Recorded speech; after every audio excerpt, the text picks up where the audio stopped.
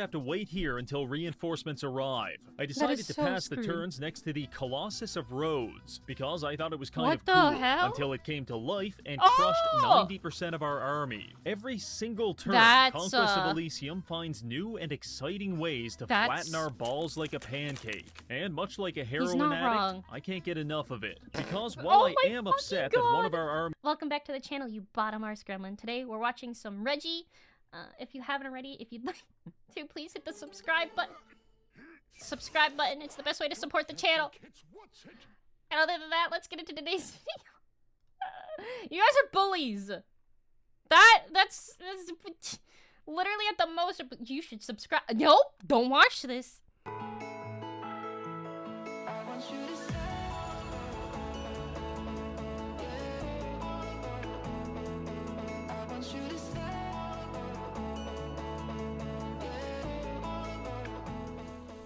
I see how it is. Conquest of Elysium 5 is a highly detailed turn-based strategy game developed for and primarily enjoyed by masochistic autists. In fact, I would call it predatory and immoral if it wasn't so good. The objective of the game is to survive in the world's largest open-air prison by killing all of the other inmates. Whether you want to accomplish this by bashing their head in with a club, digesting them in a cube of acid, or teleporting them to a Gartha doesn't really matter. Just get it done so you can escape the eternal hell that is Elysium. For today's video, we will be playing as the voice of El, a faction of religious extremists that use biblically accurate angels to incinerate the non-believers. Against us is a troll king, witch, barbarian, illusionist, another voice of El, and the guildmaster from our last video. If we can kill each of these godless sodomites, we win. But before we go any further, I need to tell you something. 6 years ago, my wife died in a tragic art installation catastrophe. She was trying to hang a piece of modern art, but she accidentally hammered into a high-voltage transformer and exploded. Ever since that day, I have gone to war with the art community, and I never thought I could trust myself to hang a painting ever again. Until I met the sponsor of today's video, Displate. Displate offers a stunning range of over 2 million high-quality designs printed directly onto metal canvases. This is all unique licensed art from major brands such as Elden Ring, Warhammer, and Marvel. But if you prefer, they also offer custom designs to allow you to indulge in your most personal interests. The best part about Displate is the non-destructible... Unity! We found your Displate. We found your Displate, Unity. Installation process. No power tools required, no holes in the wall, just clean the surface, apply the Displate sticker, apply the magnet, and then hang that bad boy up. Congratulations, you are now a member of high society. The fact this is so easy allows me to hang my Displates almost anywhere. Displate on the wall, Displate on a Displate, Displate in a pile of leaves, and of course, Displate in the tub. Now that I can enjoy refined artwork wherever I go, I have become a more cultured man, and my brain has tripled in size. Doctors are calling it unprecedented and terminal. I'm not sure, but I think that means good. So don't delay. Try Displate today, and for the holidays, if you use code Reggie, you can get between 33 and 40% off, depending on the number of Displates you purchase. Thank you, Displate. Now back to the video. After setting up the lobby, we select Voice of El and mentally prepare to kill thousands of people. For this purpose, it is important to give ourselves a very silly name, because then no one will take us seriously. Adolf Hitler committing a religious genocide is not remembered fondly, but Biggest Dickus doing the exact same thing, well, that's just a little horseplay. Now that we have preemptively recontextualized our war crimes, we can begin the game. Loading in, we can see that we've started in a tundra biome, which is already a sufficient reason to kill ourselves, but we push onward. Right now, it's just Biggest Dickus, Esclavaz the Bishop, and a handful of soldiers. However, as we spread our religion, God will bestow us increasingly powerful units for our holy crusade. So we spend the first few turns conquering nearby villages and forcibly converting their inhabitants. In addition to appeasing our gods, this will provide us with an annual tithe of gold from every religious settlement on the map. Many of the classes in Conquest of Elysium are morally ambiguous, but the fact we can create a religious IRS is irrefutable evidence that we are agents of chaos. Personally, I'm fine with that. What I'm not fine with is splitting the money, because the tithe is divided between each Voice of El depending on their rank within the clergy, and currently the other Voice of El player is a cardinal, which means he's getting most of the money. Absolutely unacceptable. He Yeah, must be kill him all. killed. But Yep, that has to go on the awesome. back burner for Get him now, away. because we've just Why on the encountered our back neighbor burner? to the southeast, the Barbarian. This faction uses savage brutality and Oh! shamanic rituals to crush their enemies, so I make sure to avoid them entirely and then steal all of their territory when they're not looking. This tactic actually Okay, worked pretty alright. well, and as our theological influence grew, several people came to join our cause. Religious flagellants began appearing in nearby towns. What A the paladin fuck? and his retinue of Templar joined our army, and finally a Nice. pilgrim set out to travel the Holy Land. I'm sorry to report he was immediately killed by a group of marauding barbarians. The paladin was ripped apart by birds of prey, and shortly after that, the flagellants were slaughtered by a giant octopus. Having our I'm sorry, huh? What? How? The octopus on land? There's an octopus on land. Did all of his new members just die? There's no such thing as a land octopus. Why is there so many tentacles? Yeah, literally rip everyone. And Cobalt, thank you for the follow. followers viciously killed in comically painful ways might seem like bad publicity, Yeah, but just a actually little it's bit. highly relatable, because everyone unfortunate enough to live in Elysium is currently going through the exact same thing. Now, in order to defeat our barbarian friends, we're going to need one thing: lots of money. Money can do Money. amazing things. Simply go to any Oh. live streaming website and you'll see just how powerful $50 can be. But don't worry, I'm not planning on paying the barbarian to put his ankles behind his head.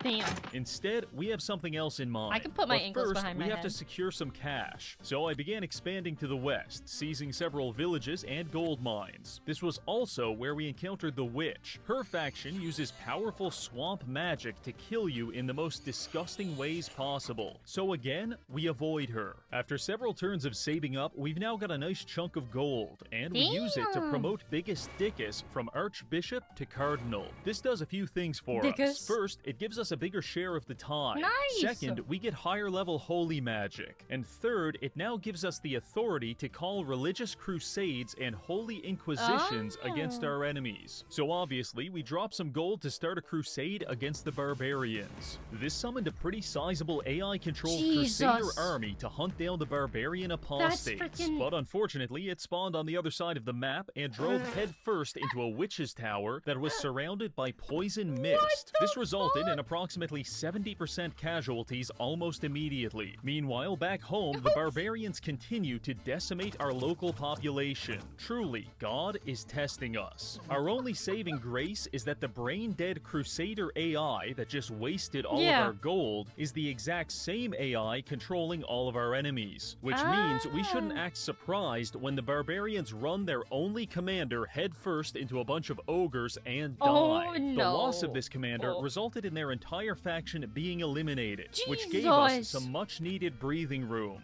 Taking a peek at the score graph, we can see that we're kind of in the middle of the road. We're- Not quite trash, but not very good either. Yeah, At least that's we can true. take some solace in the fact we're not the Troll King, who appears to have been killed by Oh. wild animals somewhere around turn What? 7. However, if we don't want to be the next to go, we're going to have to take some drastic measures. All right, which then. leads us to the 7 apocalyptic seals. As a Sounds voice of fair. El, we are capable of using religious relics to break these seals one at a time. The more we break, the more powerful units our god will Seems bestow about right, upon us. right? But each broken seal also brings us closer to an absolutely devastating global apocalypse. It's a bit of a balancing act, but desperate times call for desperate measures. The other voice of El already broke the first seal, so I went ahead and cracked the second. In return, angels are now descending from the heavens to join our cause. This should make us a Damn! little more Can I have some more eye candy, please? Just a little bit, Reggie. competitive against the other factions. Speaking of the other factions, we've just encountered the Guildmaster. This class is incredibly broken, but Where's only the when spray used bot? intelligently. As we've established, that is not something we're going to have to worry about here. In Ooh. fact, giving this class to the AI is comparable to giving a Corvette to a chimpanzee. Sure, they might figure out how to turn it on, but almost invariably, they will drive it into a brick Ducky. wall and die. It's Ducky. Given these cognitive deficits, I thought the Guildmaster would be the perfect target for a religious inquisition. So I summoned one in, and it got to work. The Inquisition is probably our best tool, because they go around the map autonomously killing non-believers and converting settlements for free. Puzzlingly, their first target was a giant acid snake. And when he refused to convert to our vaguely defined religion, they lit him on fire and stabbed him to death with lances. I think it's fair to say he lost that debate. After that, the Inquisition traveled to the far west and actually tracked down the Guildmaster himself. After witnessing us cavalry charge his entire front line and slaughter them mercilessly, the Guildmaster suddenly realized the validity of our religion, and he changed sides mid-battle. Following this, the Inquisition sieged down his capital city, and not long after, his entire faction went extinct. We're now down to the final four. Us, the other voice of L, the illusionist, and the— Does anyone else realize how much they're just self-eliminating themselves? Like, Reggie hasn't really done much besides watch them just die to everything else in the world. Literally. Like, I feel like he's just kind of there. And, Chaotic Karma, thank you for the follow. AI, yeah, literally the AI is just jumping off a bridge. Hi, Cal, welcome. The Witch. I'll be honest, the Illusionist has done nothing the entire game, but the other two are very dangerous. In fact, the Witch just massacred one of our Crusader armies with a horde of giant snails, carnivorous frogs, and cubes of beef bouillon. It's the toad! It's the toad! The toad from Australia is making a comeback. The king toad! It's the king toad!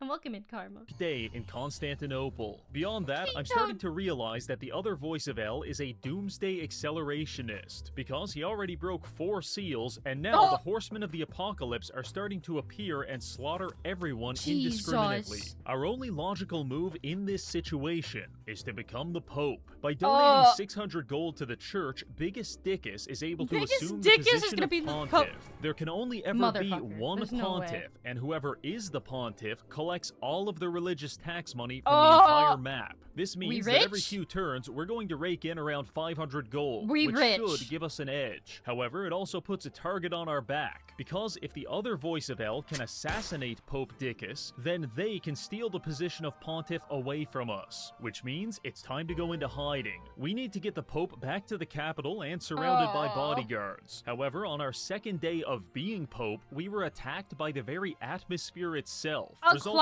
in almost everyone being electrocuted to death. Eventually, we did get the Pope back to the capital, which is relatively safe, but also kind of the first place you'd check if you were trying to assassinate him. So I took an army south and captured the port of Crabville. From here, we purchased some boats and began looking for secluded islands where we could hide out. Scouring the northern seas, we came across a coral fortress inhabited by fishmen. This could be a promising safe house, so I sent a few armies to capture it. But my generals kept falling overboard and drowning, so this took a few tries. Why am I not surprised? After seizing it, I realized that it's actually a portal to the elemental plane. Obviously, I wanted to explore that, but it wouldn't let me take our boats, so I had to leave them behind before going through. At which point, surprise, we've been teleported to the middle of the ocean. Everyone is drowned.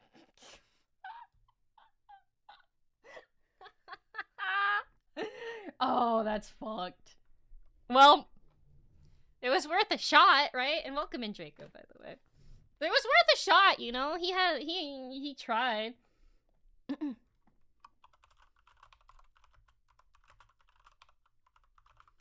What? I don't know what game it is. I don't remember. Drowning, and whoever is not drowning is being killed by buff, hunky seamen. Thank you, Conquest of Elysium. I hated that. Back to the drawing board. Not long after that fiasco, we actually came across a string of promising islands in the south. In fact, this is a game changer, because this island has the entire Capoleum on it. The Capoleum is a 4-tile mega city which is loaded with resources. It's easy to defend and very secluded. Simply put, we're going to need this. I landed an expeditionary force on the island and began re-educating the native population of pygmy tribesmen. Today's lesson: get in the fucking ground. Once Once that was taken care of, I That's assessed the Capoleum armies. They're pretty tough, so we're going to have to wait here until reinforcements arrive. I decided to pass the turns next to the Colossus of Rhodes, because I thought it was kind of cool, until it came to life and crushed 90% of our army. Every single turn, Conquest of Elysium finds new and exciting ways to flatten our balls like a pancake. And much like a heroin addict, I can't get enough of it. Because while I am upset that one of our armies died, I'd be lying if I said I wasn't soy-facing the entire time.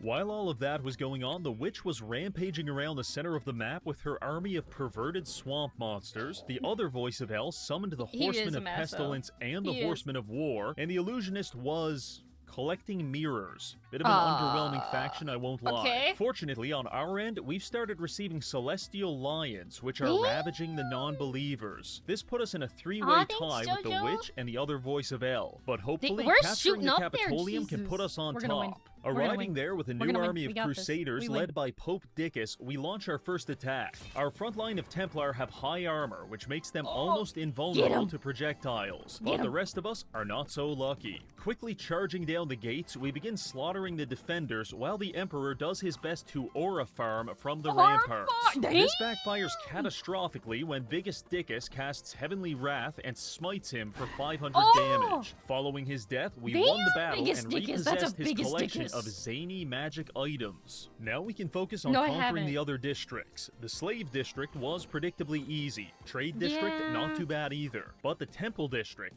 that one sucks. Because its garrison is commanded by a cardinal who appears to be high on speed. This guy is specialized in conversion magic, meaning that mid-battle he can cause 10 to 20 of our soldiers to change teams every turn. So to avoid receiving the cardinal's gay conversion therapy, we recruited 2 catapults before attacking. These proceeded to smoke him in the face with boulders, and he died en route to the hospital. Good riddance. With that, we have now conquered the entirety of the Capoleum, and our economy is at an all-time high. Also, in unrelated news, Pompelus the Illusionist was found dead in a Papa John's bathroom. That leaves just us, the witch, and the other voice of El. Let's take a look at the— He probably shat himself to death, let's be honest. Who eats Papa John's anymore?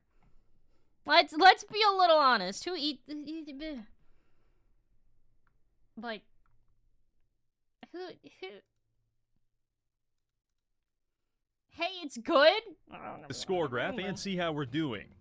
Oh, we're fucked. While we were busy dying to statues, Pink appears to have been conquering the entire map. And furthermore, our god seems to be favoring him, because for the past 25 turns, we have been re-gifted the same 2 celestial lions over and over, while Pink is receiving angelic warriors, archangels, and whatever the hell this is. In the theological chess battle between our 2 factions, we're losing so badly that our opponent just got up from the table and he's now banging our wife. But in any game of chess, the loser always has one option. Flip the table and eat the pieces, which is exactly what we're going to do. You see, Pink has broken 6 of the 7 holy seals, and he thinks we won't break the last one because it will start the apocalypse. But here's an important lesson, you greedy bastard. Mutually assured destruction only works if I have something to lose. And as a matter of fact, you've taken most of my territory. So good luck everyone else. I open the ceremony screen and break that 7th seal without hesitation. Well, fuck it, we ball? Oh, shit. Oh, shit. The apocalypse has begun. Forest fires have started all over the map, and a portal to hell has opened in the desert, spewing forth hundreds of disease demons, scorpions, and giant grasshoppers with human faces. At the same time, a portal to heaven has appeared, and several angelic armies are rushing into Elysium. Initially, I looked at this and thought, oh good, they're here to kill the demons and take us to the promised land. Clearly, I forgot which game we were playing, because this is less of a battle between good and evil, and more of a spit roast with us in the middle. On top of all of that, at the center of the map, there's a portal to the underworld, where all dead units live as spirits. It was never relevant up to this point because it was guarded by a giant hell dog. But now that the angels killed him, hundreds of ghosts are coming through the portal and attacking us. Last but not least, the fish people from earlier have come through their portal, and they're invading us in the north. In conclusion, 4 different dimensions are collaborating to gangbang us out of existence. I know that sounds bad, because it is. That's very bad, sorry. But relatively speaking, it's way worse for Oh! Pink, since he actually has an empire to lose. Us, on the other hand, we're just hiding out on a secluded island, waiting for everyone to die. Speaking of which, there goes the witch. Just one more faction to eliminate, and then we win. Evidently, Pink was not enthused about our decision to end the world via interdimensional group sex. And he actually sent Sophiel the Archangel to the Capoleum to kill Pope Dickus. In terms of assassination attempts, I found this rather wanting. Sophiel barely even tried, and eventually he was kicked in the head by a horse and died. But as it turns out, that was all part of his plan, because he was carrying cursed items, and now that we killed him, they've been transferred to Pope Dickus. One in particular is an issue: the balances of famine. These give the plague to whoever is holding them, and since they're cursed, we can't drop them, meaning Pope Dickus's days are numbered. This is some CIA-level assassination technique that I hadn't even considered until now. Fortunately, the plague takes a while to kill us, so we can retreat to the capital and start building a doom stack while waiting for everyone else to perish in the apocalypse. We're so fucking dead. Fast forward 20 turns, things are getting worse. The AI if did our this, metric for success is Pink dying, then we're making progress. But if our metric for success is anything else, we're fucked. Global warming has turned the entire map into a permanent desert, the quality and quantity of demons has tripled, and Abaddon, the Lord of Hell, has begun permanently destroying every settlement in Elysium, meaning our tithe money has started drying up. On the upside, we found a method to keep the Pope alive. He's currently dying from leprosy, but by recruiting half a dozen bishops and spamming healing spells, we're able to heal him faster than his disease can kill him. Don't get me wrong, his flesh is still rotting from the bone, but with this method, he's able to cling to life as some kind of living corpse. Now look, I'm going to be honest, the prognosis for Elysium is not good. Every turn, there's less resources, more demons, and our public approval is questionable at best. So I think it's about time we leave. Currently, we've got 4 options. We could travel to heaven, hell, the underworld, or the elemental plane. The underworld gradually kills you and causes you to go insane, basically syphilis. And the elemental plane is just a virtual form of waterboarding, so those two are off the table. You're probably thinking heaven is a good option, but I checked. It's full of angels that will try to kill you and a strangely high population of pickpockets. That leaves us one final option. Fellas, we're all going to hell. The portal to hell opened in the desert to the west, so it's time to prepare one final crusade as we stake everything on this daring relocation. I assembled Pope Dickus and his army of Templar, ferried them onto the mainland via boat, and we began carving our way through what's left of Pink's empire. He did try to stop us, but our army was pretty fresh, whereas his spent the last 30 turns getting diabolically molested. So we won pretty easily. For the first time in over 150 turns, we are now slightly above Pink on the score graph. I can feel myself ascending. The crusade continues, conquering several cities and desert palaces. At this point, every single tile is occupied by demons, so every move we make is the result of an in-depth calculation regarding whether it's preferable to be stung to death by scorpions or receive every known STD from a gang of bug chasers. Eventually, we made it to the portal with about 200 units. I have no idea what's on the other side of this, but it can't be any worse than the implacable psychic torture that awaits us in Elysium. We enter the portal and are immediately transported to hell. At first glance, a lot snowier than I expected, but other than that, everything looks right. Plenty of demons, devils, and some fallen angels. That's not great, but what is great is the villages. Each one provides us tons of resources. In fact, after some exploring, it's pretty obvious that the economy of hell is at least twice the size of the economy in Elysium. Meaning, if we can conquer this, Pink simply won't have the resources to resist us, and we can finally win the game. Now, I know you're thinking, Reggie, you have an army of painfully average soldiers and an AIDS patient for a commander. You stand no chance against the Lords of Hell. And normally, I would agree, but they actually have medication for that now, and also, the final feature of this class is the blessing system. All of our holy units have the blessed status, which gives them bonus stats, but by performing rituals to God, we can increase the amount of stats provided. How many times can we do this, you may ask? You can do it infinitely, which means we can turn our weakest unit into a 40 health Giga Chad with fire shield, magic resistance, and a 13 Reggie? Reggie. You're telling me to behave! Inch monster, at which point... You're telling me to behave after you just saw that? And you want me to behave? Nothing will stand in our way. By religion maxing our followers, we were able to capture the majority of hell. The only thing remaining are the 3 infernal citadels: the Tower of Injustice, the City of Sinners, and the Citadel of Garion.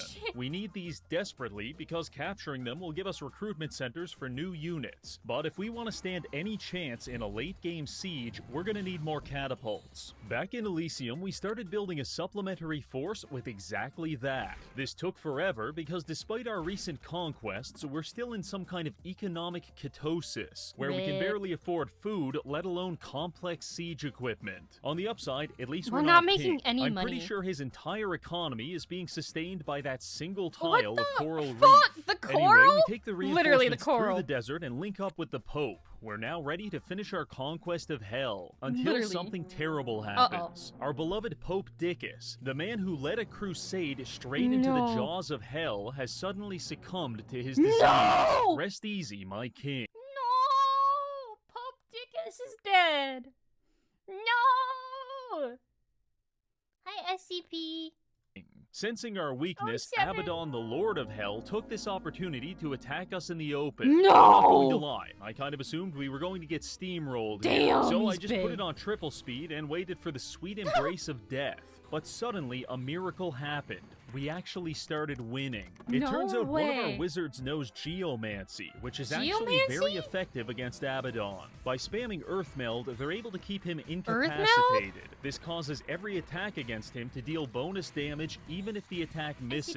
So despite our army being mostly trash, the bonus damage is slowly whittling him down, until finally a random unnamed crossbowman kills one of the strongest units in existence. If this happened in Elysium, Abaddon would actually respawn in hell due to his planar immortality. But since we killed him in hell, he's gone for good. After receiving another batch of reinforcements, our invasion is back on track, and we march for the Tower of Injustice. Loading into the battle, this might look easy, but each of these demons are fairly powerful spellcasters, which is why we brought spellcasters of our own, in the form of 9 catapults. Magic specializations include blunt force trauma and closed casket funerals. Using this, we managed to take out the enemy commander before the battle even started, at which point we stormed the gates and captured the tower at the cost of about 75% of our units. 1 down, 2 to go. We were off to a good start, but before I could celebrate, the forces of hell conspired to ruin my life. This doom stack of fallen angels moved into the portal linking Elysium to hell, and now they're blocking it, which means we no longer have access to outside reinforcements. No more Templar, no bishops, and worst of all, no catapults.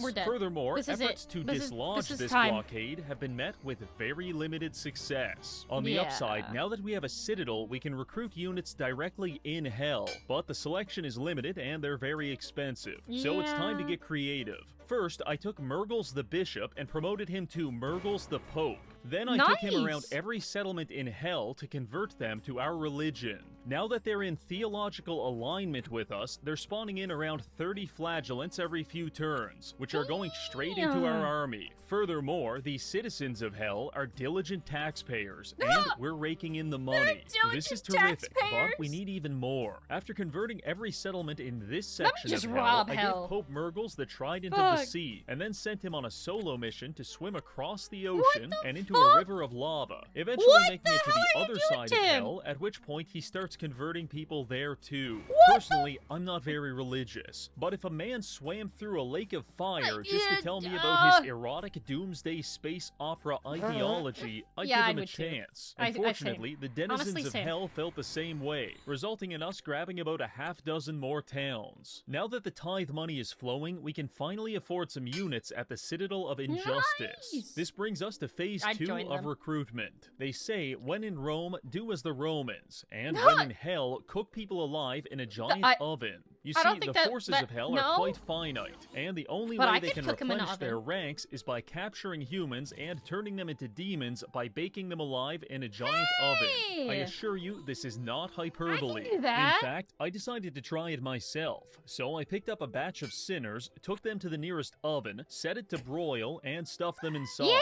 To my surprise, it actually worked. We've now got ourselves a supply of mid-level demons. Between the free flagellants and cheap demons, the army is shaping up nicely for the next siege. The final missing ingredient is the Bloodsworn. These are heavy infantry which have the regeneration ability that allows them to heal mid-battle. Very strong on its own. But when we combine this with Pope Murgle's ability to bless the entire army with free stats, the Bloodsworn become incredibly overpowered. So after spending 30 turns recruiting, I assemble all of our commanders outside the next target. Our combined forces total 550, with over 300 flagellants and 180 Bloodsworn infantry. It's now time to attack the Citadel of Sin. The battle begins with an opening volley from the catapults, followed by the charge of the flagellants, where 300 psychotic men with whips and chains rush the walls, tear down the gates, and start ripping apart the demons one by one. Unfortunately, our enemies have very strong magic, and we lose about 20 flagellants for every one demon we kill. I know that sounds bad, but religion demands sacrifice, and you can either do it here on the battlefield, or you can do it over there in the oven. I know which one I'd pick. Once our Bloodsworn made it to the front, we were able to gradually whittle down the defenders until there was nothing left. Discord HQ has been secured. Now it's on to the Citadel of Garion to complete the trifecta of evil. While this castle doesn't have a huge garrison, it does have 227 health Garion the Monster of Fraud. According to a Wikipedia page edited by reliable sources, Garion was a fearsome giant with either one body and 3 heads, or more unsettlingly, 1 head and 3 bodies. This makes more sense when you analyze his family tree and realize that at some point someone had sex with a horse. I want to fuck a horse. Thankfully, our Crusaders don't have to worry about that. Instead, we have to worry about his level 3 command magic, because this Garion is a master of manipulation. We go ahead and attack his citadel. He starts the battle by casting Mass Confusion, and despite our magic resistance, this affects 70% of our army. When confused, units typically wander around aimlessly and sometimes beat themselves to death. A very compelling opening move.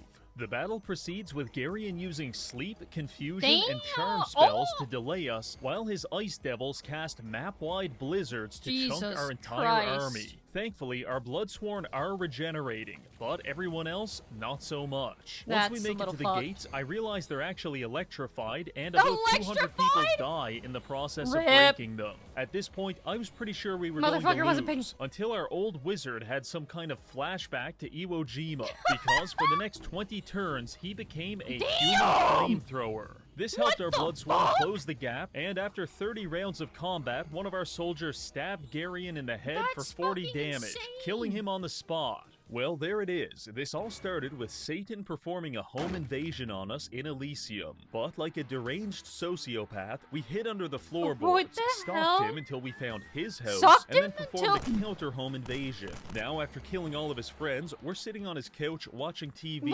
and it feels good. But one final problem remains. The last remaining player, Pink. You may be wondering how he even survived this long in the first place, and the answer is the same way we did. While we held out on Capoleum Island, Pink weathered the storm to the east on Crab Island. This was possible because his settlements continually spawned angelic creatures to defend him. Are you fucking shitting me? All of these units have flying, which means, in theory, they could easily leave the island, wander into a bunch of scorpions, and die. But they also have leadership, which means they like to add random units they find into their army. And once they add flagellants in, the army can no longer fly, meaning it's permanently stuck on the island. So the only thing left for it to do is spend 300 turns wandering around, collecting more units and killing things. This phenomena resulted in both us and Pink accumulating absolutely massive doom stacks that have defended our islands for the past 500 turns. Now that we've rebuilt our economy in hell, it's time to go to Crab Island, crush Pink's last army, and finish this once and for all.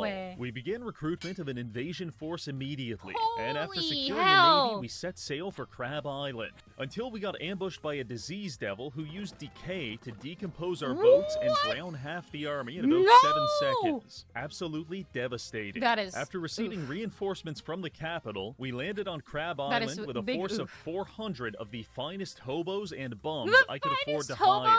Most of these units aren't holy, but thanks to the Bless Army ability, we can effectively baptize 400 people at once, giving them a massive stat boost. Now that we're here, there's just 2 targets, the guard tower in the south and the city to the north. We start with the tower since it's less defended, and waste no time slaughtering the 200 defenders. The only hiccup was the fact they had a paladin with level 3 magic, which he used to make himself invulnerable to all physical damage. This resulted in him almost killing our entire army before one of the wizards came up and smoked him in the face with a fireball. That, in a nutshell, is why this apocalypse happened in the first place. Pink got paladins with level 3 magic, and we got paladins with level 3 brain damage. The injustice was simply too much. After grabbing some more soldiers, we head out to take Pink's final city, but he intercepts us in transit with an absolutely massive army of celestial lions and flagellants. The final battle for religious supremacy begins now. A rampage of 30 lions barrels down on our front line. We are but wheat before the scythe, and they cut us down. However, that's part of the plan, because all of our units are blessed with level 2 fire shields, which returns damage to their attackers. So by jamming hundreds of men into the meat grinder that is Pink's army, we gradually managed to break it. Now it's up to our backline of casters to clear out the hundreds of man, that wizard is strong as fuck. Thanks to the generous application of level 3 pyromancy, we managed to accomplish this task, barely eking out a victory against the odds. After clearing out his final city to the north, we check the score graphs. Pink is no longer a thriving empire, but rather a corpse pretending to breathe. And after kicking him a few more times, he does the honorable thing and gives up. Now finally, after surviving the apocalypse, conquering hell, and achieving religious supremacy, we have won the game. As we scroll out and marvel at the truly disgusting state of Elysium, I am reminded that our kingdom is not of this world. It's hell. We live in hell, and I like it that way. For what does it profit a man to gain the whole world and lose his soul in the process? That is the fate we have saved Pink from by killing him, which in the end makes us not only winners, but also morally superior. Thanks for watching, and I'll see you in the next video. Get gapped, idiot. It's hot here? Yeah, we all like it here though. Dude, that one was so good. I love Reggie, man. Reggie's so good. Fucking, he's amazing. I love his videos so much. He actually, that one didn't hurt my brain, because, like, I actually understand that game a little bit. So, we've watched him many times play it.